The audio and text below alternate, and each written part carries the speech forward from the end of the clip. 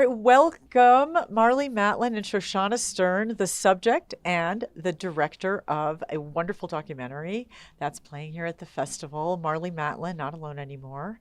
We learned so many things about Marlee's life in this, but those of us who thought, as I was saying, we thought we knew who Marlee was, we learned so many things because you really go inside your journey in a way that we haven't really seen before.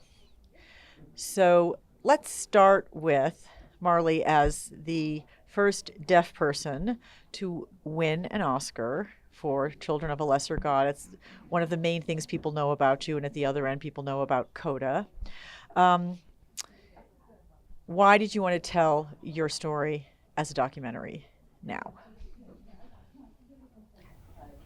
I wrote a book at one point called I'll Scream Later, in which I documented various events in my life and my journey, from the time I grew up in Chicago up to my career in Hollywood. It was written. People read it. And I thought at one point, if it would ever be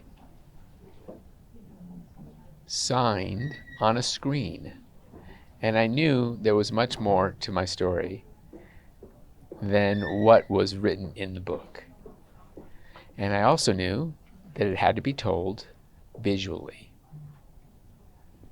And it so happened that American Masters approached me, and we realized there was much more to the story than people didn't even know about and even understand, including myself. So, as you mentioned, you learn more about me in the documentary than people knew, and it was Shoshana who put it all together, and everyone realized why this had to be told this way about my life, about my career. Whatever took place happened. Why people reacted to things that I did in a way that they did, both good and bad. So many messages come through this film that I really didn't quite get what they were before, whether we were talking about language, the whole world of it all, until now. Yeah. I had no part in what Shoshana chose to edit, no part in the making of it. She did it all. And I'm probably one of those people out there now watching, just like you, to learn about myself, truly. Well, that's amazing. I lived it, yes. Did you, but it was important to you to have a deaf director on this project. Absolutely. Okay, so can you comment on that? And also I'd like to ask Shoshana about that as well. And what that brought. It's clear when you see the film what that brought, but let's talk about it. It was imperative that I had a director who was deaf, and I knew that someone deaf, like myself, had the same lived experiences with quote-unquote deafness to make a film authentically, bring it to life on the screen, to know how to frame the story. And having her on board, I knew that I could entrust her, 100%. She just brought it all to life. Shoshana? Well, when American Masters had the meeting with me, they were asking, hey, do you want to direct a documentary? And they had said, had you directed anything before? I said, no. And I knew, though, that Marlee's story was so clear at the same time because I saw myself on screen for the first time when she won her award. And before that, I knew that I was deaf. But whenever I imagined myself in my head or in other stories, I always saw myself as a hearing person because that's what I saw on screen. That's what I read in books. And so to see the stuff that she went through and the things that people said to her, I saw those things spoken for me in my head too. So the story has always been clear of how I wanted to deliver it. It wasn't so much about what happened, but how it happened and the frame that's been placed on why things happened and the framing that people really put on Marlee's shoulders for her to carry for such a long time. I wanted to really reframe that and represent her. So it was an honor to be able to do that. I knew she could do it. Well, I'm just realizing she'd never directed before, so that's kind of incredible. Why not? I mean, she followed her instincts. All those years of us knowing each other, I knew she was the perfect fit. It was really helpful for me because I always knew Marlee, her intuition, her instinct. I mean, it's always been so incredible. You have to, as someone who has had to map out and navigate a map or a land that hasn't been charted before, you have to have good intuition, instinct. You have to have a good true north, a good compass. And Marlee's ahead of her time in so many different ways. And I think the documentary really shows that. And the fact that Marlee believed in me, that I could do it, that I had the strength and the confidence, it's really. I mean, I don't want people to think that I was being clueless about things having to do with my. I don't think anyone thinks you're clueless about anything. You seem very intentional about everything you do. Well, yes. But again, I want to clarify that I was very truly aware of what was going on around me. I was aware of how hearing people perceive me and how deaf people perceive me and all the things that I went through. But there were times when I just, while listening to myself, I should have fought back or I should have collaborated.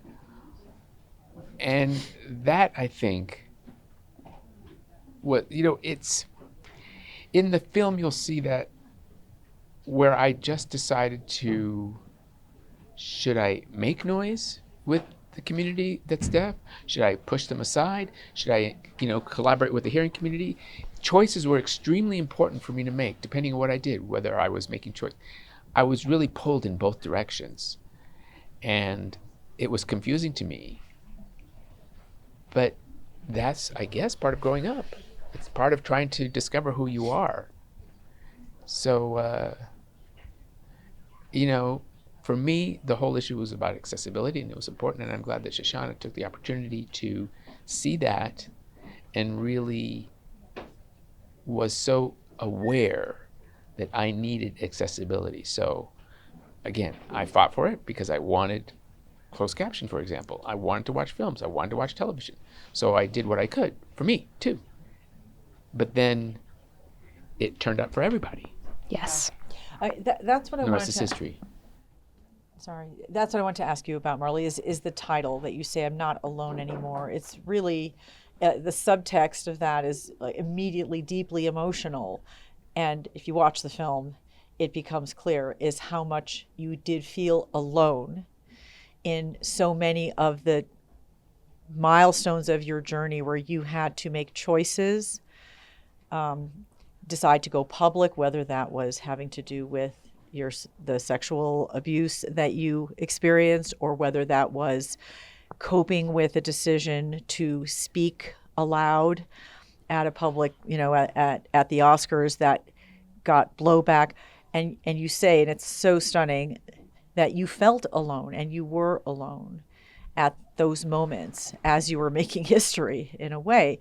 So not in a way, you were making history. Can you address that a bit, about that feeling of being this sort of lonely warrior? The loneliness that I always felt all those years, as Shoshana mentioned, I had a very strong intuition about, I knew, again, as you said, I never felt alone, but at the same time, I never was willing to give up. I persevered. And I knew that I had to keep pushing forward. I knew, yes, I was alone, but I had to find a way to live. I had to find a way to navigate, and whether or not someone was with me or not, I think probably sobriety was allowed me to go forward, made me want to live. Sobriety was a great gift that I gave myself, that I've ever given myself. And I'm grateful for that. And it's simple as that. The sobriety helped guide me through those moments. I think, like, yes, the title for her documentary couldn't be more perfect because there are so many different reasons. Like, she said it herself whenever Troy won his Oscar. But also, that title applies to the deaf experience because I would say 95 to 98% of deaf children are born into hearing families, just like Marlee was. And if they're not born alone, then the world is going to make deaf people alone. And I feel like a lot of that is because we have a society for some reason that puts a huge value on being the first.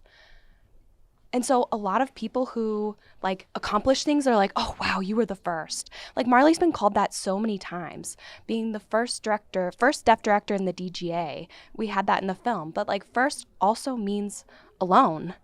And it is a really frightening thing to be a part of that. Like, am I going to lose my strength or my value if I'm not alone anymore? Like, I don't know if society is just afraid. Like, what is going to happen if someone else like you pairs with you? Then like we do become stronger, and then we are reframing things in a way that is uncomfortable for society. I don't know, but that's one thing that I am really proud of that the film does address. First also means alone. And maybe we should think about how we are framing people who are the first and what kind of impact that really has, and it could be damaging. Does it feel like some kind of relief today, Marlee, to look back on all you've done and what you've sacrificed and how you've put yourself out there, to see that it has had an impact? It's undeniable. And that you can now maybe share the burden of that in some way. Share the burden? I mean, I never thought of it as like, oh, it's my burden to keep. I've always wanted to say, always, come on board, share with me, share it. Let's collaborate. It's a village. Let's all work together. Oftentimes, I mean, I hope this film will tell people that it's okay, that we are allowed to work together, that it's not like, I mean, it doesn't own anything. You don't have ownership on any particular issue. It's just about working together. Like that's when exciting things happen, you know? And I think what it shows is that this industry needs to change. I think attitudes need to change. And I'm speaking specifically about work. You know, we're constantly hustling, really hustling. I know it's not an easy business, of course, to get work for everyone. I mean, I'm aware of that. But it's doubly hard for us. And it's frustrating. And I'm not asking for pity at all. I'm just saying and telling what's out there, that it's about the hustle. And right now, come on, wake up. We have stories. We can create. And please collaborate. I think that sometimes we glorify things. Like, she hasn't given up. She's hustled, yes, but that's because she doesn't have a choice. She had to. If she doesn't hustle, then she cannot feed her family. Even as an Oscar award-winning actress, like, she's still had to think about those things. And so, yes, your tenacity is really remarkable, but also Marlee doesn't have a choice, and I do think that it is important to perceive that as well. She shouldn't have to. Thank you guys so much. You're so inspiring. I loved your work, Marlee, over the years. Shoshana, it's wonderful to discover you as a director, and you're also on camera in this film. I think we should all be grateful for the change you've brought to our collective society and to the industry. You've changed the way we think about things and the way we look at the world. And that's a lot thanks to you. So Thank you so Thank you much. so thank you much. for the film.